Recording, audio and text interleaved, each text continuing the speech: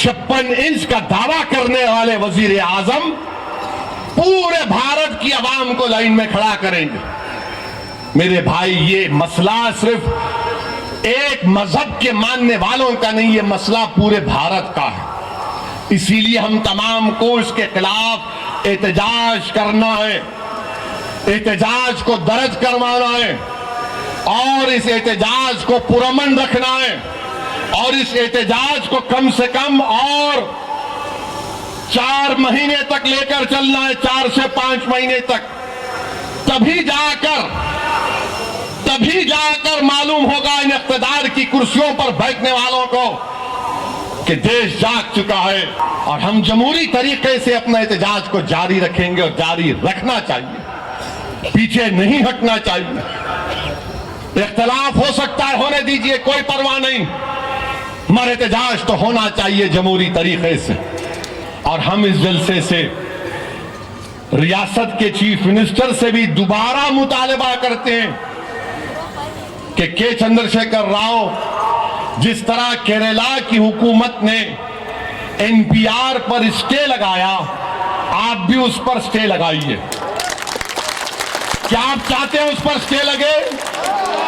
तो जरा हाथ उठाकर बता दीजिए कि हम केसीआर से मुतालबा करते हैं कि एनपीआर पर स्टे लगना चाहिए ना? तुम ये समझ रहे कि समंदर में कूदकर हम लोग गहराई से शिकायत करेंगे? नहीं करेंगे।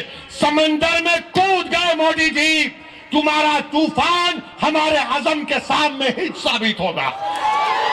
जब समंदर में कूद गए तो इस समंदर के जंगली जानवरों से हमको डर नहीं है, हमको अल्लाह से डर है, क्योंकि समंदर में तूफान लाने वाला और इस तूफान में हमारी कश्ती को किनारे पहुंचाने वाला अल्लाह ही रहेगा इंशाअल्लाह ताला। तो मेरे भाई, क्या आपसे एक सवाल करूंगा, क्या आप इस काले कानून के खिलाफ हैं? क्या आप इस काले कानून के खिलाफ हैं? क्या आप एनपीआर एनआरसी के खिलाफ हैं? देखो, हमारी मां और बहनें, हाथ उठा लिए मोदी जी। ये मुस्लिम महिलाओं का एम्पावरमेंट है मोदी जी।